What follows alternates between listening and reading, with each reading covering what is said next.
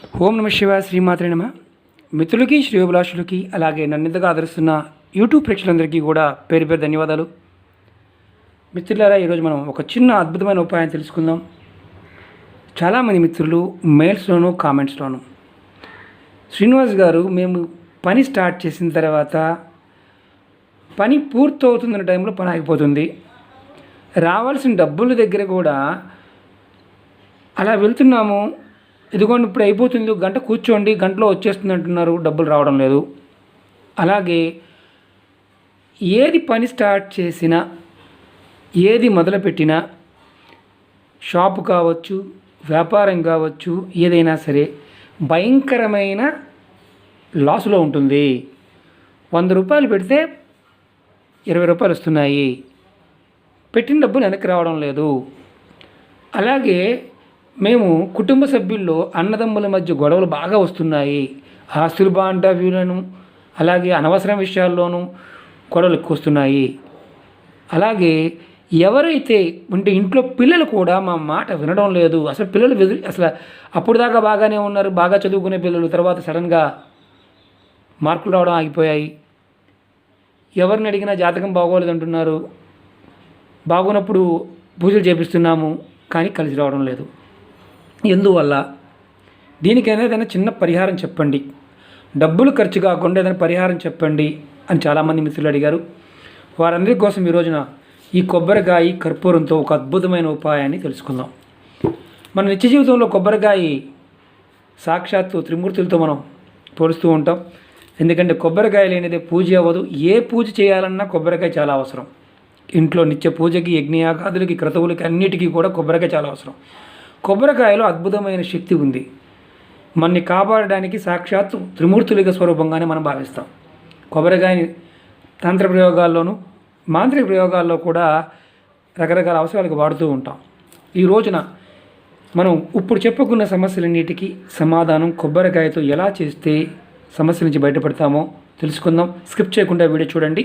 ఎందుకంటే చిన్నగా పరిహారాలు ఏదైనా సరే పూర్తిగా అర్థం చేసుకుంటేనే సమస్యకి సమాధానం దొరుకుతుంది. అలాగే మీకు ఈ వీడియో నచ్చినట్టు లైక్ చేయండి, నా ఛానల్ సబ్స్క్రైబ్ చేసుకోండి, గంట సింబల్ని యాక్టివేట్ చేసుకోండి, 10 మంది మిత్రులు షేర్ చేయండి. చాలామంది మిత్రులు కామెంట్స్లో వీడియో నోటిఫికేషన్ రావడం లేదండి అంటున్నారు. మీరు వాట్సాప్లో చూస్తున్నప్పుడు సబ్స్క్రైబ్ చేస్తున్నారు, నోటిఫికేషన్ బటన్ని అంటే అక్కడ గంట సింబల్ ఉంటుంది కదా, ఆ గంట సింబల్ని మీరు నొక్కడం లేదు. అది గంట సింబల్ని మీరు ఎప్పుడైతే యాక్టివేట్ చేస్తారో నేను చేసే ప్రతి వీడియో కూడా మీకు నోటిఫికేషన్ వస్తుంది. ఇప్పుడు మనం సబ్జెక్ట్లోకి వెళ్దాం. కొబ్బరికాయ చిన్నదైనా పెద్దదైనా 10 రూపాయల నుంచి 20 రూపాయలు ఉండొచ్చు, 50 రూపాయలు కూడా ఉండొచ్చు, ఏరియాని బట్టి. ఈ కొబ్బరికాయతో ఈ రోజున మనం అనేక రకాలైన సమస్యలకి సమాధానం చెప్పుకుందాం. వ్యాపారం పెట్టాము, కలిసి రావడం లేదు, కుటుంబ సభ్యుల్లో గొడవలు ఎలా చేస్తే తగ్గిపోతాయి. ముందు ఏం చేయాలో చెప్తాను. మీరు ఏ రోజునైనా సరే ఆదివారం, సోమవారం, మంగళవారం, బుధవారం ఈ 7 రోజుల్లో ఏ రోజునైనా సరే ఉదయం కానీ సాయంత్రం కానీ, అది పగలైనా రాత్రి అయినా, ఏ టైం అయినా 24 గంటల్లో ఏ టైం అయినా సరే ఈ ఉపాయం చేసుకోవచ్చు. ఏం చేయాలి? మీ ఇంట్లో ఎవరైనా ఆడవారైనా మగవారైనా సరే, చిన్నపిల్లలైనా సరే, ఇలాంటి సమస్యతో బాధపడుతూ ఉన్నవారు ఎవరైనా సరే ఈ ఉపాయం చేసుకోవచ్చు. మీరు కొబ్బరికాయ తీసుకోండి, దాని మీద ముద్ద కర్పూరం కానీ లేదంటే మామూలు కర్పూరమైనా పర్వాలేదు, ఇలాంటి బిళ్ళలైనా పర్వాలేదు. చూడండి, ఒకసారి నేను చూపిస్తున్నాను. కొబ్బరికాయ కన్ను కనిపిస్తుంది కదా, ఇలా కన్ను ఉన్న దగ్గర ఇలా కర్పూరాన్ని పెట్టండి. కర్పూరాన్ని పెట్టండి. ఒక బిళ్ళ పెట్టచ్చు, 2 పెట్టచ్చు, ఏదైనా పెట్టచ్చు. పెట్టిన తర్వాత ఎవరైతే మీ ఇంట్లో కుటుంబ సభ్యులందరూ కూడా, ఎవరైనా ఒకరు, అమ్మ కావచ్చు, నాన్న కావచ్చు, పెద్దవారు ఎవరైనా సరే, ఇంట్లో పెద్దవారు ఎవరైనా సరే, వయసులో చిన్నపిల్లలు అనుకోండి, చిన్నపిల్లలు కానీ పెద్దవారైనా సరే, ఇలా కొబ్బరికాయని పెట్టి కర్పూరాన్ని పెట్టి చక్కగా వెలిగించి, ఎవరైతే వ్యక్తి ఇబ్బంది పడుతున్నాడో మానసికంగాను, వ్యాపార రీత్యాను, లేదంటే కుటుంబ సమస్యల్లో ఎవరైనా సరే, ఆడవారికైనా సరే వెలిగించి మీరు చక్కగా ఇలా కన్ను దగ్గర పెట్టండి.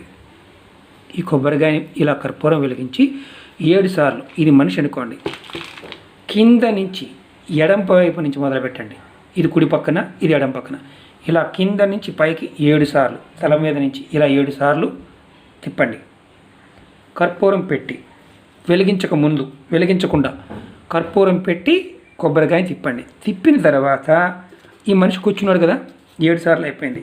ఇలా ఎదురుగా పెట్టి మనిషి అక్కడ కూర్చున్నప్పుడు కుర్చీలో కూర్చోవాలి, మంచాల మీద కూర్చోకూడదు.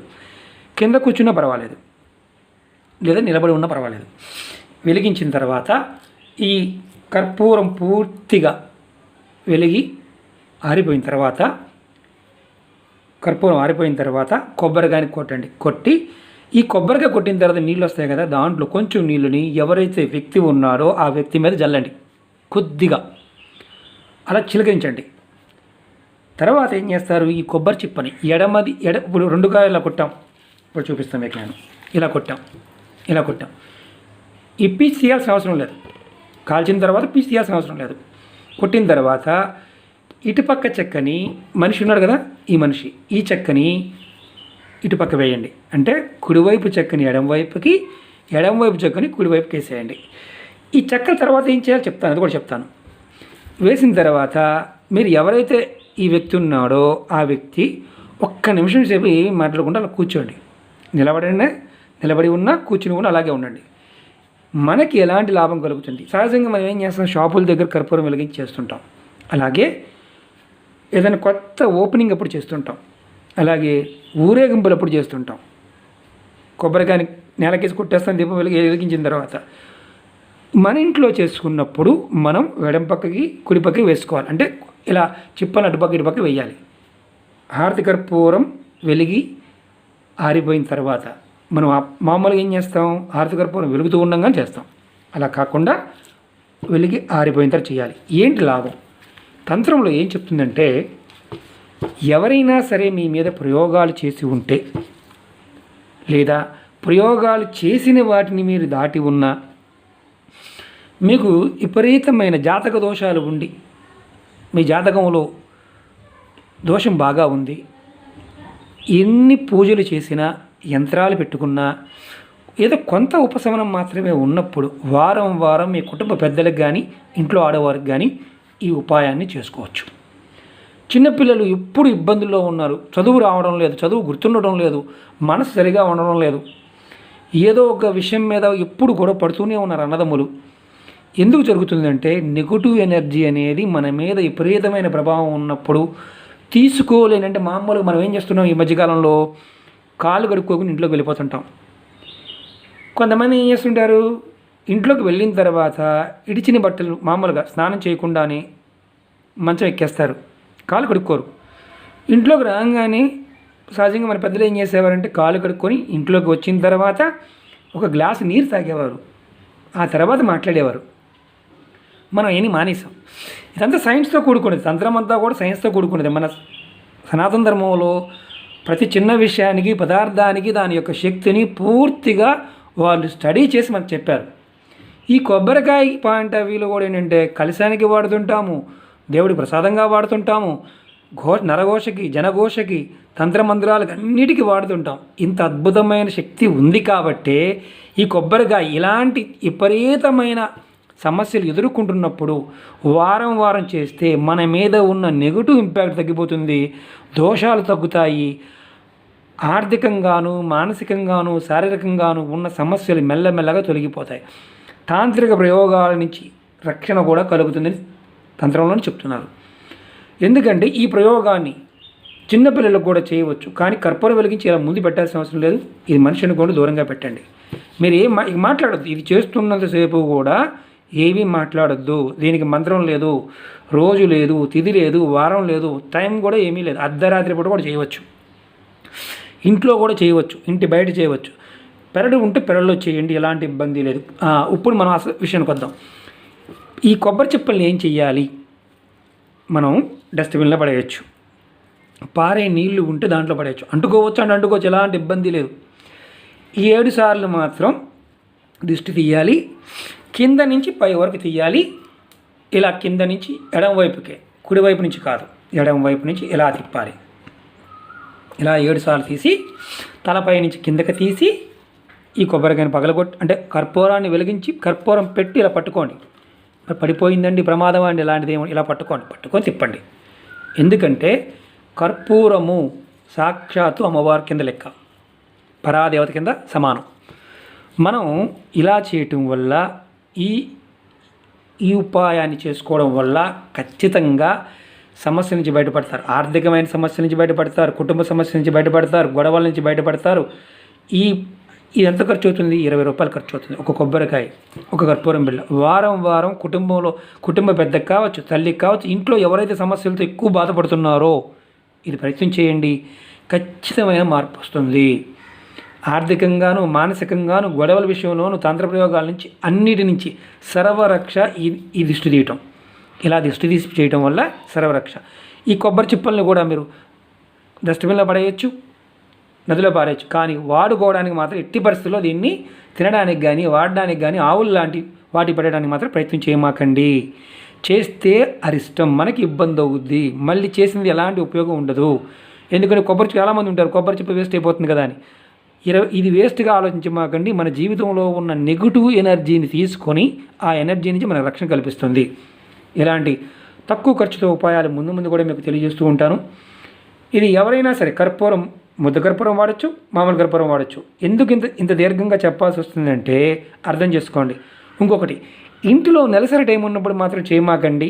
అలాగే ఎవరైనా మరణించి ఉన్నప్పుడు మాత్రం దినాలు అవ్వకుండా, అంటే పెద్ద కర్మ అవ్వకుండా మాత్రం చేయమాకండి.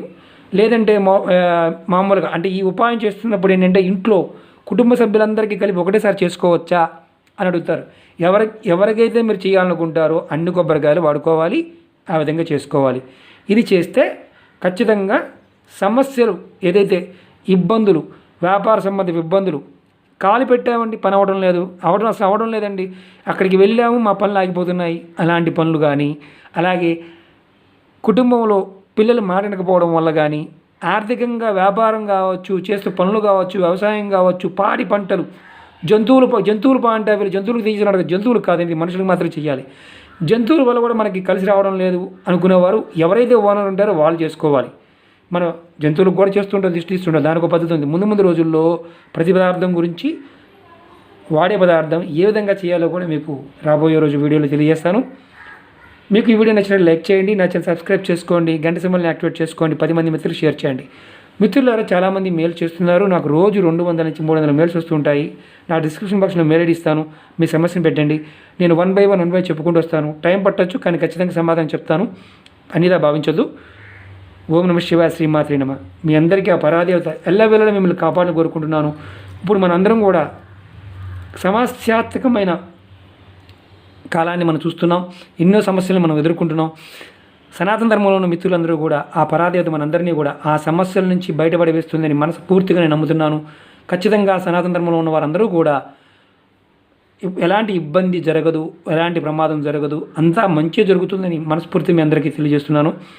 ఎలాంటి భయాలు పెట్టుకోమాకండి, చిన్న ఉపాయాలు ఆచరించండి, మంచి ఫలితాలు వస్తాయి. ఓం నమః శివాయ, శ్రీమాత్రే నమః.